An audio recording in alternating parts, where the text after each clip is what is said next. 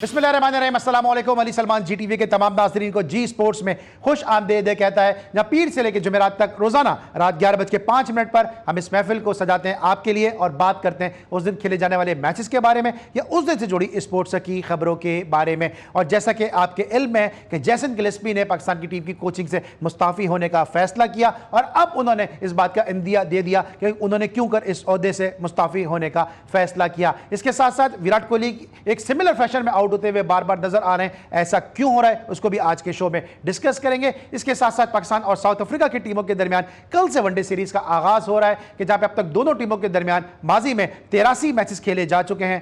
52 में south Africa ने कामयाबी हासिल की और 30 मैचेस में पाकिस्तान को फतह हासिल हुई। इस पहले वनडे में क्या होगा इसको भी डिस्कस करेंगे और इसके अलावा बात करेंगे कुछ और मजीद क्रिकेट से जुड़े मामला के हवाले से, चैंपियंस ट्रॉफी के हवाले से। आज एक वेटरन्स क्रिकेट टूर्नामेंट का क्वार्टर फाइनल भी खेला गया कि जहां पे आमिर केबल्स और गोल्डन ईगल्स की टीमें एक दूसरे के बद्दे मुकाबिल थी। दिफाई चैंपियन गोल्डन ईगल्स को आसानी के साथ आमिर केबल्स ने शिकस्त दी और इस तरह से अब सेमीफाइनल के लिए क्वालिफाई कर लिया। इसलिए हम जो है आमिर इलियास भट्ट साहब को इस ज़बरदस्त कामयाबी पर मुबारकबाद पेश करते हैं कि उन्होंने जो टेस्ट स्टार थे हुमायूं फरात और मिसबाह उल हक पर मुश्तमिल टीम को शिकस्त से 2-4 किया। इस वक्त आज जब हम ये शो कर रहे हैं तो आज एक ऐसे खिलाड़ी की सालगिरह है कि इसने फर्स्ट क्लास क्रिकेट में सबसे ज़्यादा रन स्कोर किए हैं। मैं बात कर रहा हूँ जैक हॉब्स के हवाले से कि जिन्होंने फर्स्ट क्लास क्रिकेट में सबसे ज़्यादा रन स्कोर किए। और आज जो मेरे साथ शख्सियत मौजूद हैं, इन्होंने पाकिस्तान के लिए कम उम्री में रिकॉर्ड कायम किए, पाकिस्तान के लिए सबसे कम उम्र टेस्ट क्रिकेटर रहे, पाकिस्तान के लिए सबसे कम उम्र वनडे इंटरनेशनल क्रिकेटर रहे और तकरीबन कोई 85 फर्स्ट क्लास मैचेस में जो है वो इन्होंने जो है वो क़यादत के फ़राइज़ भी अंजाम दिए। तो फर्स्ट क्लास क्रिकेट का एक बड़ा वसी तजुर्बा रखते हैं, हमारे बड़े ज़बरदस्त क्रिकेट एनालिस्ट भी हैं, हमारे बिल्कुल करीबी दोस्तों में भी शुमार किए जाते हैं। हसन रज़ा साहब हमारे साथ मौजूद हैं, इनको शो में खुशामदीद कहते हैं, जो ग्रास रूट क्रिकेट पर बहुत ज़्यादा काम कर रहे हैं। हसन, सबसे पहले तो अस्सलाम वालेकुम and welcome to the show. वालेकुम अस्सलाम, थैंक यू वेरी मच, बहुत शुक्रिया अली भाई। जिस तरह से आपके स्टैट्स हैं माशाल्लाह से, नो डाउट, और बहुत ही वसी तजुर्बा रखते हैं आप भी एज एनालिस्ट में, तो बड़ी खुशनसीबी है मेरी कि आप प्रोग्राम में लेते हैं और डिस्कशन हम क्रिकेट की करते रहते हैं और लम्हा आगाह करते रहते हैं लोगों को क्रिकेट के हवाले से। बिल्कुल। और लेकिन आज हम आपसे मुस्तफीज़ होंगे जनाब कोचिंग के हवाले से, क्योंकि जैसन गिलेस्पी जो है वो टिम नेल्सन के जाने के बाद नाराज़ हुए और आज उन्होंने वो पेंडोरा बॉक्स जो है वो खोल दिया। उन्होंने कहा कि मैं ऐसा लग रहा था सिर्फ कैचिंग प्रैक्टिस कराने के लिए कोच हूँ, टीम में मेरा कोई अमल दखल नहीं था, व्हाट्सएप ग्रुप के जरिए मुझे सिलेक्शन कमेटी के तब्दील होने का पता चला। ये क्या रवैया है हमारा? भले वो फॉरेन कोच हो, भले नेशनल कोच हो, लेकिन रवैया क्या है ये? देखिए, ये रवैया तो थ्रू आउट जो पाकिस्तानी क्रिकेट में चलता रहा है जब से क्रिकेट खेली गई है। एक प्लेयर पावर होती थी एक वक्त में, जब वो 80s 90s का era में, जब प्लेयर्स जो है हर टीम में, स्पेशली पाकिस्तान टीम में अगर देख ले तो 5-5 6-6 वर्ल्ड क्लास प्लेयर होते थे। बॉलिंग में देखें वन मैन शो होते थे, बैटिंग में देखें वन मैन शो होते थे। मगर अब जो कोचेस आए हुए हैं उनकी कोई सुनवाई नहीं होती है। वो इसी वजह से होती है कि प्लेयर पावर बहुत ज्यादा बढ़ गई है और प्लेयर जो कैप्टन होते हैं वो अपनी मर्जी से कैप्टन कमांड जो संभाली हुई होती है, फिर वो मैनेजमेंट में भी इन्वॉल्वमेंट देते हैं, वो हर चीज में देते हैं। हालांकि उनको परफॉर्मेंस में अपनी जो है इन्वॉल्वमेंट देनी चाहिए। पाकिस्तान की जब नुमाइंदगी करते हैं आप, तो आपको टीम का एक जो है वो स्पेसिफिक लूप होता है वो बनाना पड़ता है, लूप में प्लेयरों को रखना पड़ता है, उनसे परफॉर्मेंसेस निकालनी पड़ती हैं। और जब भी कोई नेशन कंट्री जीतती है और वहां पर आप देखें कि प्लेयर पावर जो है वो ऑटोमेटिकली अच्छी होती है और उसके बाद मैनेजमेंट और पाकिस्तान का नाम और क्रिकेट टीम का नाम अच्छा होता है। पास में अगर देखें तो ऑस्ट्रेलिया में भी देखें, आप साउथ अफ्रीका में देखें कि कितने यंग प्लेयरों के डेब्यू हो जाते हैं, मगर वहां पर कोई भी ऐसा स्टेटमेंट कोचिंग के हवाले से कहीं नहीं आता आपको, इसलिए क्योंकि वो पॉलिटिक्स क्रिकेट खेलते हैं और एक मॉडर्न क्रिकेट होती है जिसमें डिसिप्लिन का मयार जो है वो जो जूनियर हो, सीनियर्स हो, क्रिकेट बोर्ड हो, वो बड़ा स्ट्रांगली रखते हैं। तो मेरे ख्याल में बार बार जो पाकिस्तान टीम है, अगर आप देखें कि बॉल उमर के जमाने से लेके देखें और जब भी आप देखें जेफ लॉन्सन हो गए, अभी गिलेस्पी में अगर मॉनी मॉर्कल जैसे जो है कोचेज आए, बहुत सारे कोचेज आए, मिक्की आदम जैसे आए, मगर कहीं पर भी स्टेबिलिटी नहीं आई। वो इसलिए नहीं आई क्योंकि क्रिकेट बोर्ड जो है वो पाकिस्तानी कोचेज भी रखे, जो नए हमारे कोचेज हैं, और जो उर्दू लैंग्वेज होती है हमारी मादरी जबान भी है, उसमें हम अपनी लैंग्वेज में कोचेज रखे हैं, उनको पॉलिटिक्स चीजें बताएं और अगर कुछ चीजें नेगेटिव कर रहे हैं प्लेयर्स, तो कंट्रोल जो है वो मैनेजमेंट में होना चाहिए पाकिस्तानी बोर्ड के पास। वो कंट्रोल जो है हमें नजर नहीं आता पिछले पास में, जिसकी वजह से ये लैक ऑफ कॉन्फिडेंस जो है प्लेयरों में भी आता है और मैनेजमेंट में भी आता है। अच्छा हसन, आप बड़ी कम उम्री से आपने पाकिस्तान को रिप्रेजेंट किया, आपकी अपनी ऑब्जर्वेशन क्या है? क्योंकि जब हम शोज़ करते हैं मुख्तलिफ फॉर्मर चेयरमैन को लेते हैं और साथ साथ मुख्तलिफ सेक्रेटरीज़ को लेते हैं जो पाकिस्तान क्रिकेट बोर्ड को सर्व कर चुके हैं, उनका ये कहना होता है कि जो फॉरेन कोचेज़ होते हैं ये अपने काम से काम रखते हैं और जो लोकल कोचेज़ होते हैं वो जो है वो सियासत में इन्वॉल्व हो जाते हैं। आप समझते हैं कि ये स्टेटमेंट सही है? जब किसी चीज को अथॉरिटी दी जाती है एज ए प्रोफेशनली, अगर आप काम करते हैं एज ए कोच के तौर पर आपने किसी टीम के साथ, तो आपको अपनी लॉयल्टी पे भरोसा होना चाहिए पूरा। और वाहिद मैं समझता हूँ कि अब तक जितने भी कोचेस थे, अगर आप हिस्ट्री उठा के देखें तो पाकिस्तान की, कि बॉब वुलमर एक वाहिद कोच थे जो बड़ी अंडरस्टैंडिंग के साथ आपकी जो जनरेशन प्लेयर्स थे उनको लेके चल रहे थे। उसमें सीनियर प्लेयर भी थे, जूनियर भी थे। तो एक लॉयल्टी जो होती है बड़ी स्ट्रांग होती है। देखिए फॉरनर कोचेज जो होगा वो सिर्फ बेसिक चीजें आपको बता सकता है, डिलीवर हमेशा जो है वो प्लेयर करता है। परफॉर्मेंसेज और टीम मीटिंग जो भी होती हैं उसमें इन्वॉल्वमेंट होती है। मगर सियासत तो दुनिया में, इंडिया में भी चल रही होती है, श्रीलंका में भी चल रही है। देखें आप, कितने बड़े इंसिडेंट हुए, वो भी 50 रन की टीमों पर होती। टीमें ऐसी थी वर्ल्ड क्लास की जो, मगर आपने देखा कभी कि ऑस्ट्रेलिया में आप देखेंगे कितने प्लेयर्स आए और गए, कभी मैनेजमेंट में कोई चीज ऐसी सुनने में आई होगी कि देखिए ये मैनेजमेंट जो है खराब हो गई है, या ये प्लेयर कप्तान से लड़ चुका है, या कोई ऐसी रिस्पेक्टेबल प्रॉब्लम हुई होगी। तो मेरे ख्याल में ये चीज है कि कोचेस जो है उसको कमांड देनी चाहिए।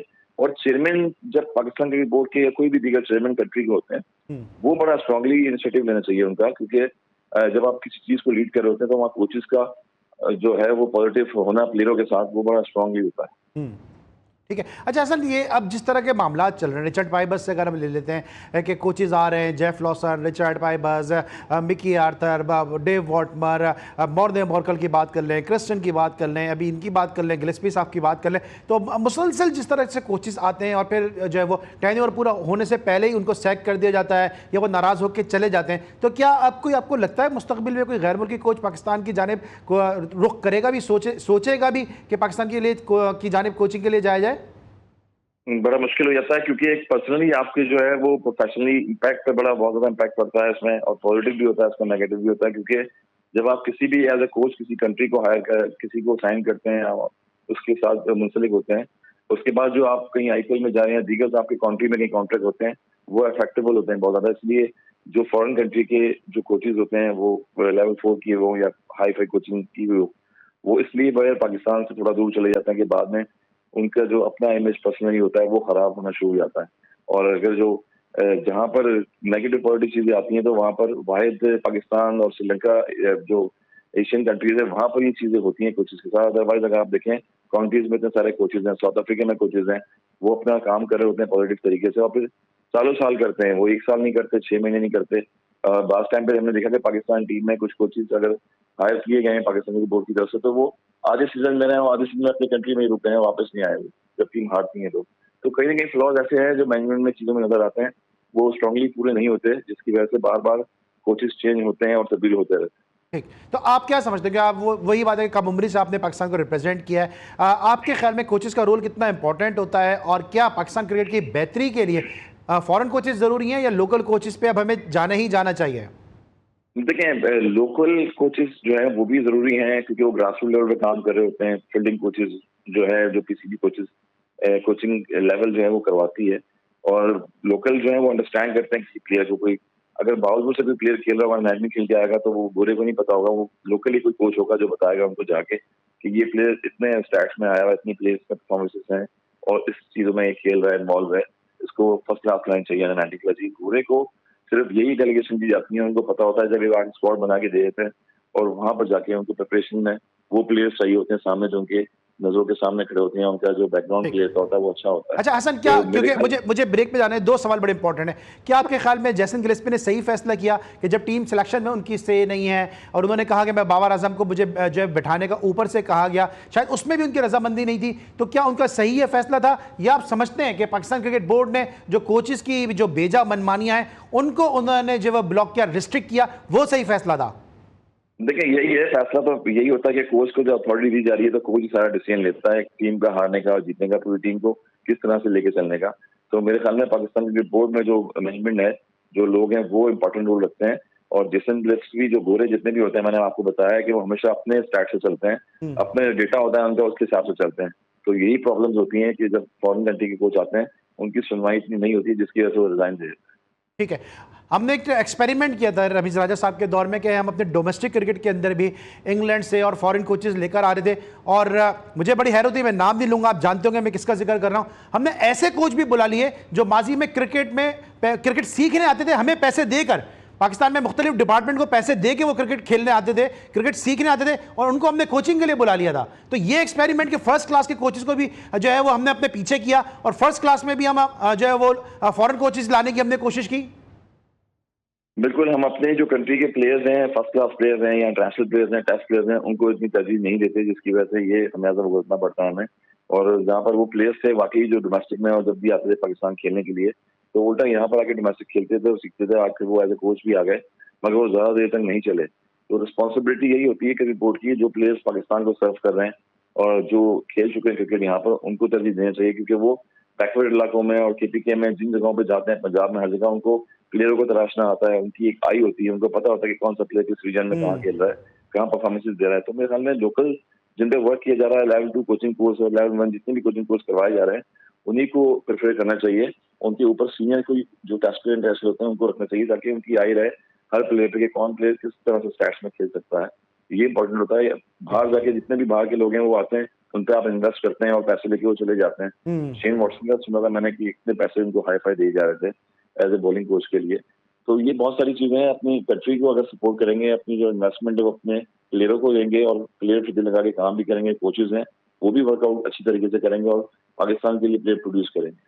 ठीक है, हम बात कर रहे हैं टेस्ट क्रिकेटर हसन रजा से। पाकिस्तान के मुस्ताफ़ी होने वाले कोच जैसन गिलेस्पी के हवाले से उन्होंने अपने ओहदे से मुस्ताफ़ी होने का फैसला कर लिया, लेकिन जनाब विराट कोहली और की जो फॉर्म उसको लेके भी बहुत ज़्यादा बात की जा रही है। हसन रजा चूँकि खुद क्वालिफाइड कोच हैं, इसलिए इस पर भी गुफ्तगू करेंगे। और साथ साथ पाकिस्तान और साउथ अफ्रीका की टीमों के दरमियान कल से वनडे सीरीज़ का आगाज़ हो रहा है। तो प्राइम के अगले ब्रेक में हम बात करेंगे Pakistan versus South Africa series. मिलते एक छोटे से ब्रेक के बाद।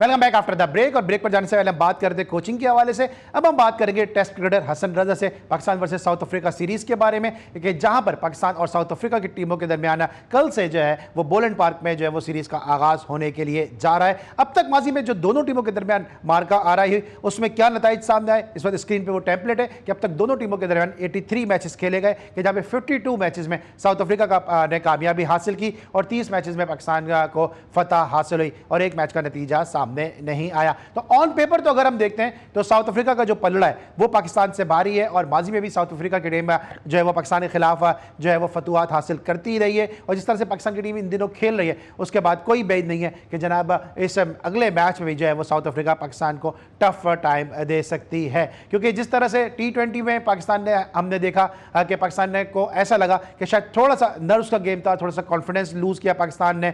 उसके बाद दूसरे मैच, पहला मैच भी पाकिस्तान बहुत अच्छा खेल रहा था, लेकिन उसके बाद फिर साउथ अफ्रीका ने ग्रिप हासिल कर ली।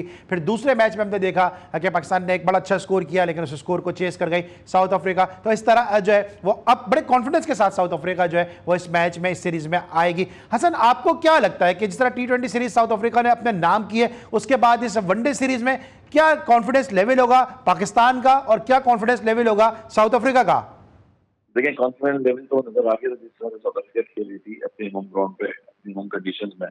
और आउटस्टैंडिंग हम मॉडर्न क्रिकेट की बात करते हैं तो अभी तक पाकिस्तान वो मॉडर्न क्रिकेट नहीं खेल रही है जिस तरह से खेलनी चाहिए, जिस तरह दूसरी टीमें खेल रही हैं। कमाल की जो है वनडे डिवीजन जो बैटिंग कर रहे हैं, आउटस्टैंडिंग उन्होंने बैटिंग की। क्लासन की अगर बैटिंग देखें तो वो कितनी आउटस्टैंडिंग बैटिंग कर रहे हैं। ये टीम कॉम्बिनेशन होता है और रिजवान अगर कैप्टनसी भी कर रहे हैं, मगर आपको फील्डिंग में, आपको बॉलिंग स्ट्रेंथ में बड़ा एजिलिटी दिखानी पड़ेगी। हम मुसलसल बातें कर रहे हैं पिछले वर्ल्ड कप से, तो अमेरिका से हारे हैं, अफगानिस्तान से हारे हैं। हमारी बॉलिंग स्ट्रेंथ अच्छी करनी है। आपके पास वही बॉलर हैं जो रेगुलरली पिछले 2-3 साल से खेलते हुए आ रहे हैं। मेरे ख्याल में जिस तरह से आप देखें change of pace, variation bowling की जो करनी चाहिए उस तरह से नजर नहीं आ रही बॉलिंग में। सुफियान मुकीम नो डाउट एक्सपीरियंस तो इतना नहीं है उनको, मगर आप जब उनको डेब्यू करवा रहे हैं तो ये भी एक लग होती है प्लेयर्स की, वो इतने बड़े प्लेयर्स के सामने डेब्यू कर रहा है। मिलर किलर जो जाने माने ऑलराउंडर और आउटस्टैंडिंग वर्ल्ड क्लास क्रिकेट के जो है वो बैट्समैन है, उनके सामने उनका डेब्यू कराया गया। मेरे ख्याल में प्लेयर को कॉन्फिडेंस देना चाहिए और बॉलिंग अगर आपकी अच्छी होगी तो आप बॉलिंग से जीत सकते हैं। और वो कॉन्सेप्ट खत्म हो गया कि आप 160-170 रन करेंगे। आपको ऑलमोस्ट 200 रन से ऊपर जाना पड़ेगा T20 में, और आपको टीम कॉम्बिनेशन बनाना पड़ेगा आपका कि कोई भी प्लेयर अगर खेल रहा है रिजवान के साथ। लेकिन वो तो देखे ना जब 200 रन की आप बात करें तो ये तो वनडे मैचेस है, तो आपको लगता है कि यहाँ पे 250 प्लस 300 फेयर इनफ होगा अगेंस्ट साउथ अफ्रीका? जी बिल्कुल, 250 और 100 ये होना चाहिए, मगर यही मैं बता रहा हूँ कि आपको बॉलिंग स्ट्रेंथ आपकी अच्छी होनी चाहिए। आपकी बॉलिंग अभी तक वही है, अगर स्नैन खेल रहे हैं तो उनको नहीं खिलाया जा रहा, डगआउट में बैठे हैं, वो कम बैक करके आए, हरीश रावत को मुसलसल खिलाए जा रहे हैं आप। यही चीज होती है कि टीम कॉम्बिनेशन किस तरह से बन रहा है। और चौतरफेन पिचेज हैं, फ्लैट पिचेज होती हैं, अक्सर आप देखेंगे सीम स्विंग कम होता है, तो वहाँ पर बॉलर्स की हमारी जो है सीरीज जब हारे हैं तो चेंज ऑफ पेस नहीं आ रहा था, वहाँ पर आप स्लो नहीं कर रहे हैं, यॉर्कर बॉल्स होती हैं वो नहीं कर रहे हैं, और लेंथ वाली बॉलिंग कर रहे हैं जिसकी वजह से हिटें लग रही हैं आपको। तो एक्सपीरियंस मजीद आना चाहिए, क्योंकि आगे पाकिस्तान के लिए अब सीरीज अगर ऐसे हारेंगे तो चैंपियंस ट्रॉफी आने वाली है, इसके बाद और बड़ी टूर्नामेंट ऐसे आ रहे हैं कि जहाँ पर पाकिस्तान को एक चैंपियंस लेवल पर ऊपर जाना पड़ेगा क्रिकेट में। ठीक है, रिजवान की कप्तानी को किस तरह से देखते हैं, क्योंकि रिजवान की कप्तानी पे बहुत ज्यादा क्रिटिसिज्म हो रहा है। देखिए, क्रिटिसिज्म में जब हारेंगे तो क्रिटिसिज्म निकलता रहता है, और जब भी जीतेंगे तो चीजें सारी जो है वो साफ शफाफ हो जाती हैं। तो जीतने के लिए आपको टीम कॉम्बिनेशन बनाना पड़ता है। बिहाइंड द स्टंप जो कीपिंग कर रहे हैं उनकी जो एजिलिटी है नजर आ रही होती है बैटिंग में, जिस तरह से वो स्ट्रोक खेल रहे होते हैं। मगर हमेशा वन मैन शो एक ही दफा एक प्लेयर होता है, और जरूरी नहीं है कि वही टीम को लिफ्ट करेगा। जो 7 प्लेयर खेल रहे हैं उनको भी मैच को लेकर चलना पड़ता है। मिडिल में अगर प्लेयर है, आपको 4 से 5 नंबर पे जो प्लेयर है वो मैच फिनिशर, वो नहीं मिल रहा है बैटिंग में। अगर वो मिलेगा तो मेरे ख्याल में पाकिस्तान मैचेस सारे जीतेगा। और मेन टर्निंग पॉइंट ये होता है, अगर आप देखें रिजा हेंड्रिक ने अपने करियर की पहली जो है सेंचुरी करी T20 में, वो यही नंबर्स होते हैं कि एक तो ओपनर होते हैं, आप ऊपर से खेलते हैं अटैकिंग, मगर 6 ओवर के बाद जब आप खेलते हैं तो वहां से डायमेंशन शुरू होती है बैटिंग की। तो सारा जो ज्यादा मजा है वो मिडिल ऑर्डर बैट्समैन में जाता है कि वो फिनिशर किस तरह से फिनिश करते हैं मैच। अच्छा, टीम में कहा जा रहा है कि माजी में बड़ी ग्रुपिंग रही है और उस ग्रुपिंग को ख़त्म किया chairman cricket board Mohsin Naqvi ने। अभी आपको लगता है कि टीम में कोई ग्रुपिंग है, ये पसंद नापसंद है? क्योंकि जिस तरह साइम की सेंचुरी जो है वो रोकी गई है या रुकवाई गई है या उन्होंने खुद सेक्रीफाइस की है, आपकी जो इनर फीलिंग है वो क्या है? नहीं, अभी तो फिलहाल चैंपियंस ट्रॉफी आगे आ रही है, बहुत सारे मैचेस रिलीज हैं, मैंने बताया कि टूर्नामेंट आ रहे हैं, फिलहाल कैप्टन घोषित किया है आपने, मगर रिजवान अभी टीम को अच्छा लीड कर रहे हैं। बस टीम जीत नहीं रही, जहाँ से टीम जब जीतती है, क्लिक करती है, तो सारी चीजें जो है वो कवर हो जाती है। और जाहिर बात है कि आप होम सीरीज में जब खेलते हैं तो यहाँ पर खेलते हैं बड़ा कमांडेबल होते हैं, इजी होते हैं। जब आप अवे खेलते हैं, साउथ अफ्रीकन जैसी सीरीज हो गई, इंग्लैंड की हो गई या न्यूजीलैंड की हो गई, तो वहाँ टफ टाइम मिलता है आपको, और वो एक्सपीरियंस मिलता है आपको, सीखने का मौका मिलता है। तो रिजवान अभी कैप्टनसी कर रहे हैं और आगे भी चैंपियंस ट्रॉफी में करेंगे, तो ये इंपॉर्टेंट होगा कि टीम का कॉम्बिनेशन बनाएंगे। जब टीम जीतेगी दोबारा तो वापस जो है कम बैक करके आएगी, और यही है कि प्रेशर तो आया हुआ रिजवान पे बहुत ज्यादा कैप्टनसी का। अभी तो फिलहाल जो मैरिट में प्लेयर्स खेल रहे हैं, डोमेस्टिक में वर्जिन में खेले हैं, शाहीन की तरफ से खेले थे, उनको यूटिलाइज किया जा रहा है। जिम्बाब्वे में आपने डेब्यू करवाया, आपने अभी आगे प्लेयरों का डेब्यू करवा रहे हैं, तो मेरे सामने स्लॉट आप बनाते रहे आगे फ्यूचर में, जो भी बेंच पे बैठे हैं उनको भी चांसेस देना चाहिए, ताकि टीम का कॉम्बिनेशन जो है वो मुसलसल बरकरार है पाकिस्तान। ठीक है, लेकिन ये जो मैं साइम अय्यूब का सवाल किया, इस पर आपका क्या कहना है कि जो साइम अय्यूब की सेंचुरी मिस हुई है? अनएक्सपीरियंस है, जब वो फ्लो में खेलते हैं नो डाउट अच्छा खेल रहे हैं, अटैकिंग पीरियड खेल रहे हैं, मगर वो हर बॉल पे स्ट्रोक मारने की कोशिश करते हैं। आपको एक टाइम पीरियड ऐसा चाहिए होता है जहां पर आप मैच की सिचुएशन दिखें क्या है, और सिचुएशन यही चीज होती है कि जब आप 90s के फिगर में आ गए तो मैच को लेके चलें, अपनी सेंचुरी भी करें और टीम के लिए भी खेलें। टीम के लिए नो डाउट खेल रहे हैं, मगर अनएक्सपीरियंस है। मजीद जिस तरह उनको चांसेस मिल रहे हैं, कंसिस्टेंट अभी 2-3 साल से मुसलसल खेल रहे हैं, नो डाउट मॉडर्न क्रिकेट को बड़ा फॉलो कर रहे हैं, मगर कुछ स्टेज ऐसी आती है कि जहां पर जीत की जरूरत होती है पाकिस्तान को, वो आउट हो जाते हैं उस टाइम पे। तो मेरे ख्याल में मैच फिनिशर बड़ा इंपॉर्टेंट होता है आपको, मगर डे बाय डे लग रहा है कि वो जिस तरह उनके पास शॉट्स हैं, सिलेक्शन है, वो इम्प्रूव कर रहे हैं, और मजीद आगे जो है 1-2 मैचेस जब आएंगे तो उसमें जिताएंगे सारे। ठीक है, और अगर साउथ अफ्रीका को एनालाइज करते हैं तो साउथ अफ्रीका में रबादा की वापसी हुई है और भी उनके 2-3 प्लेयर की वापसी हुई है, लेकिन बाबूमा कल का मैच नहीं खेल रहे हैं। बाबूमा के ना खेलने से, क्योंकि उनके कप्तान भी रहे वो, तो क्या पाकिस्तान को एडवांटेज हो सकता है या किस हद तक पाकिस्तान को डिसएडवांटेज होगा कि रबादा और कई ऐसे खिलाड़ियों की वापसी हुई है? नहीं, डजंट मैटर। अभी आप देखेंगे 18 साल का लड़का पीटर है, उनको खिलाया, लेग स्पिनर थे वो, उनको खिलाया, डेब्यू करवाया T20 में। साउथ अफ्रीका ने, इंग्लैंड और न्यूजीलैंड की जो कैप्टनसी होती है, जो उनकी मैनेजमेंट होती है, वो फेयर क्रिकेट खेलती है शुरू से ही, और वो सीनियर जूनियर का मैच ही रखती है टीम में, जिसकी वजह से पाकिस्तान में हमेशा से रहता है सीनियर जूनियर को हम कंपेयर करते हैं एक दूसरे के प्लेयर से। मगर हमेशा क्रिकेट में आप जो 11 स्क्वाड होता है प्लेयर का, उसको चांस देना चाहिए, और जब चांस देते हैं तो वो प्रूव भी करता है, उनको कॉन्फिडेंस लेवल जो है वो अच्छा होता है। अब यही है कि जिस तरह टीम को लीड कर रहे हैं रिजवान, और जिस तरह साउथ अफ्रीकन टीम जो होम सीरीज में खेली है, तो मेरे ख्याल में पाकिस्तान को टफ टाइम देगी। पाकिस्तान अपनी स्ट्रेटजी पे है और क्रिकेट मॉडर्न क्रिकेट खेले, और डिफेंसिव खेलेंगे तो वहाँ इतने में आप फंसते हैं, और पॉजिटिव क्रिकेट खेलनी चाहिए। और मिडिल ऑर्डर में मैं यही कहूंगा कि मिडिल ऑर्डर में बहुत इंपॉर्टेंट होता है कि एक जो सेकंड गेयर लगता है गेम का, वो मिडिल ऑर्डर में लगता है। वहां पर हमें जो है वो एक प्लेटफॉर्म मिल रहा है बीच में कि वो कवर करना है, ताकि एक टाइम भी चलता रहे आपका, और आप लंबी इनिंग्स भी खेलते रहे, मैच को विनिंग करें। ठीक है, अभी आपने बाबर का जिक्र किया, तो बाबर का क्या मुस्तकबिल देख रहे हैं? क्योंकि बाबर को हमने देखा कि जिम्बाब्वे के खिलाफ T20 सीरीज में खिलाया नहीं गया, यहाँ पे उनको ओपन कराया गया, तो और सासा शुएब अख्तर ने भी कहा कि चैंपियंस ट्रॉफी के अगर बाबर की परफॉर्मेंस अच्छी नहीं हुई तो उसके बाद उनको कोई मुस्तकबिल वनडे क्रिकेट में या वाइट बॉल क्रिकेट में नजर नहीं आ रहा है। तो आपको लगता है कि बाबर को एक पंचिंग बैग बनाया गया है, या आपको लग रहा है कि बाबर जो है वाकई वो वाइट बॉल क्रिकेट का प्लेयर नहीं है, खासतौर से T20 का प्लेयर नहीं है? देखिए अभी इतनी ज्यादा एज भी नहीं है, उनका फ्यूचर तो है अभी मजीद, मगर अब यही है कि कंसिस्टेंसी किस तरह से लेके आनी है अपने आप में। आप अगर इंडियन प्लेयर्स देखें तो वो कंसिस्टेंसी लेके आते हैं अपने आप में, डे बाय डे इंप्रूव करते हैं। अभी थर्ड मैन पे शॉट खेल पॉइंट पे शॉट खेल रहे, थर्ड मैन पे आउट हुए पिछले मैच में, वो लंबे रन नहीं कर पा रहे। और ज्यादातर कैप्टनसी जो थी उसके बाद से, जब उनको कैप्टनसी से हटाया गया है उसके बाद फिर वो अंडर प्रेशर भी खेलते नजर आए, स्पिनर्स पे आउट हो रहे हैं, फास्ट बॉलर्स पे आउट हो रहे हैं। तो अभी 25-33 साल एज है मजीद। अगर आप देखें तो 100 से ज्यादा उनके मैचेस हो चुके हैं T20 में भी, काफी वसी तजुर्बा हो गया, एक्सपीरियंस। अभी ये इंपॉर्टेंट होगा, चैंपियंस ट्रॉफी जो है आने वाली वो बड़ी इंपॉर्टेंट होगी बाबर के लिए, क्योंकि अगर आप रन करते रहेंगे तो टीम का हिस्सा बनते रहेंगे। और जो भी यंगस्टर्स आ रहे हैं इमर्जिंग में, आपके पास बहुत सारे आ गए, शाइन की टीम की भी खेल रही थी, उसके बाद जिम्बाब्वे में आपने डेब्यू करवाया। तो प्लेयर को जब बैकअप पे कोई प्लेयर मिल जाता है तो वो सीनियर प्लेयर अंडर प्रेशर भी आता है। तो मेरे ख्याल में कंसिस्टेंसी वो इंपॉर्टेंट होगी बाबर की, अगर वो रखेंगे तो प्लेयर अपनी जो है वो जगह बना सकता है। अदरवाइज पाकिस्तानी क्रिकेट में नेवर नो, कोई अच्छा प्लेयर आता है तो फिर आप बैकअप पे आए। ठीक है, हसन रजा के साथ गुफ्तगू का सिलसिला जारी है। अभी हमने बाबर की बात की है, लेकिन बाबर का नाम हमेशा विराट कोहली के साथ बाबर के ऊपर जहाँ इतनी बात की जा रही है, वहाँ पे इंडिया में जो है वो सुनील गावस्कर, दीपदास गुप्ता और जो दीगर क्रिकेट कमेंटेटर्स हैं वो विराट कोहली के एक जैसे सिमिलर फैशन में आउट होने के हवाले से भी बहुत ज़्यादा बात कर रहे हैं। क्या वजह है कि हम सब कॉन्टिनेंट में अपने प्लेयर्स को स्टेबल होने नहीं देते? ब्रेक लेंगे, वापस आएंगे, हसन रजा से जानेंगे, मिलते हैं ब्रेक के बाद।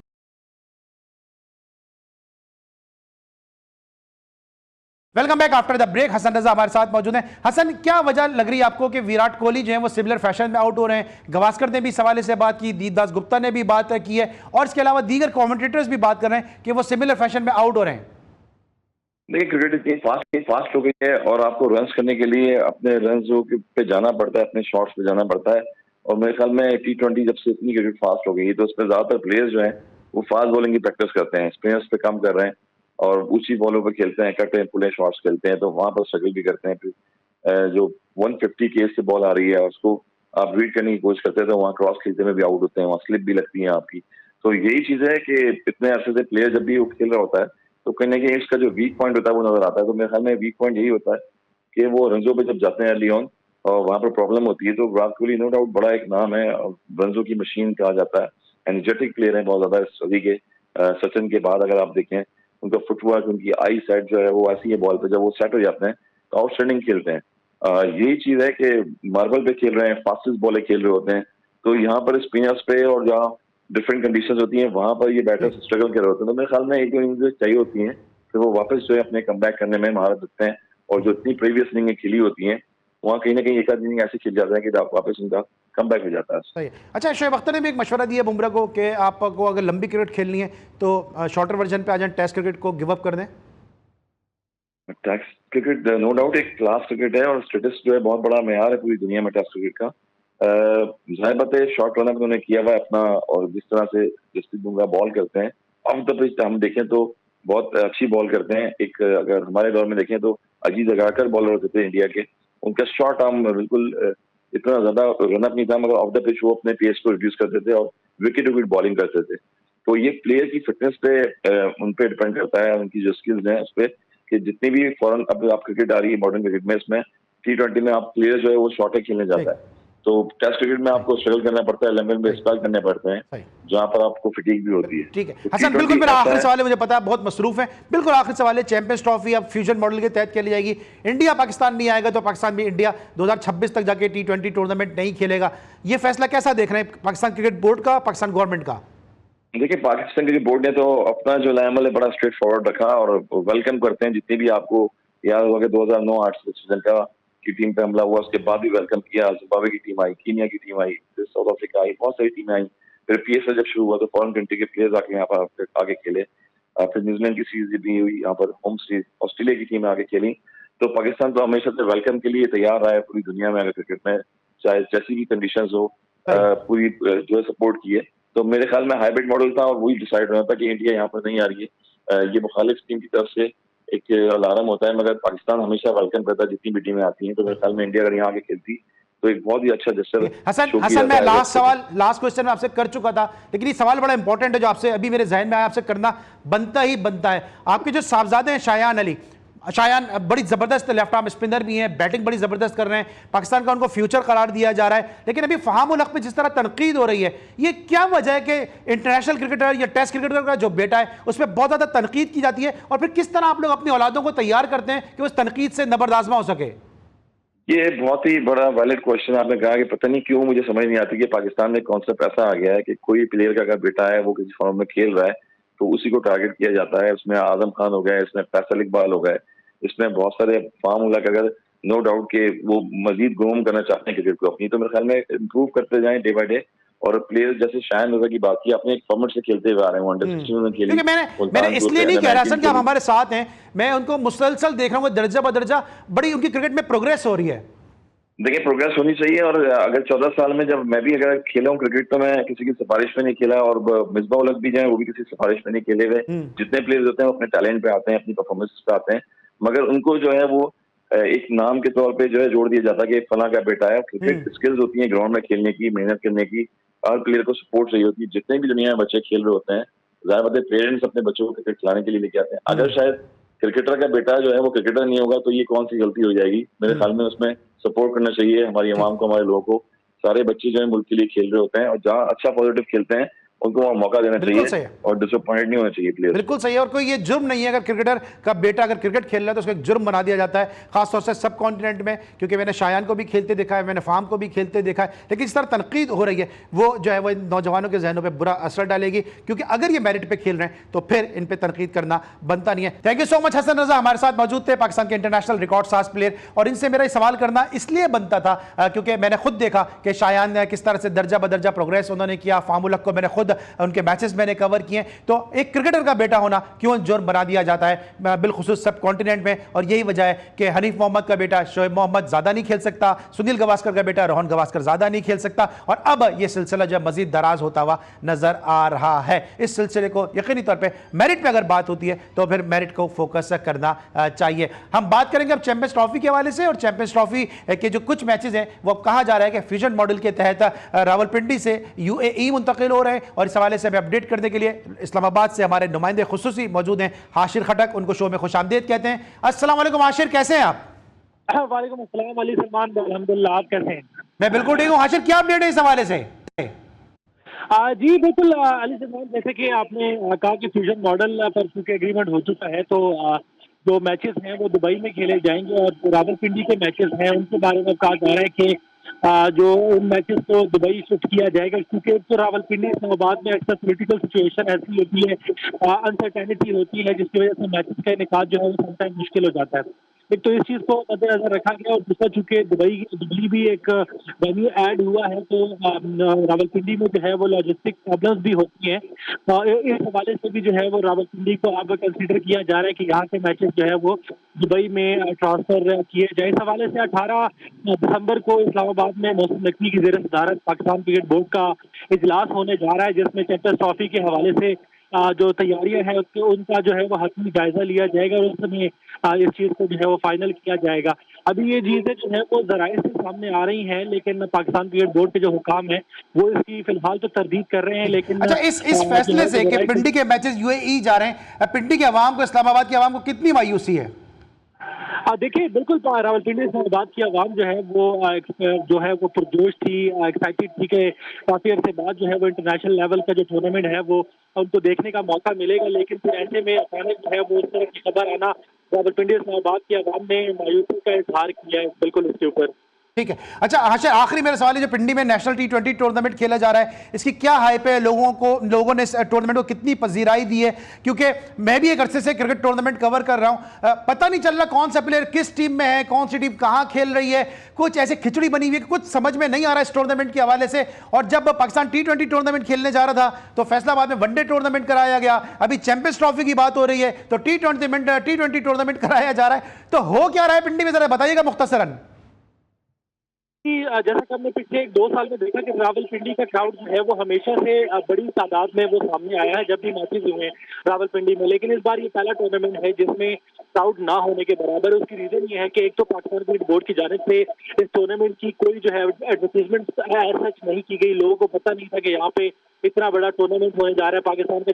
दूसरा, आपने बिल्कुल ठीक कहा कि जब हम लोग T20 खेलने जाते हैं तो 50 ओवर का टूर्नामेंट डोमेस्टिक का शेड्यूल रख देते हैं। जब 50 ओवर का टूर्नामेंट खेलने जा रहे हैं तो T20 का शेड्यूल रख दिया गया है। टीमों का नहीं पता चल रहा कौन खेल रहा है, कौन कप्तानी कर रहा है, क्या उसका मैचेस हो रहे हैं। तो शायकीन जो है वो इस बार बिल्कुल ऐसा लगता है कि जैसे टूर्नामेंट में बिल्कुल जो है वो नाचना है, और किसी किस्म का इस बार जो है वो क्राउड हमें इसलिए देखने को नहीं नजर आ रहा क्योंकि जो एडवर्टीजमेंट करनी चाहिए थी, जो तस्वीर करनी चाहिए। ठीक है Ashir, thank you so much, आप हमारे साथ मौजूद थे। आशिर खटक हमें अपडेट कर रहे थे पिंडी में खेले जाने वाले टूर्नामेंट के हवाले से और साथ साथ चैंपियंस ट्रॉफी के बारे में। आज के लिए बस इतना ही। अली सलमान को, पूरी प्रोडक्शन टीम और हसन रजा, आशिर खटक के साथ इजाजत दीजिए। अपना बहुत ख्याल रखिए। अल्लाह हाफिज़।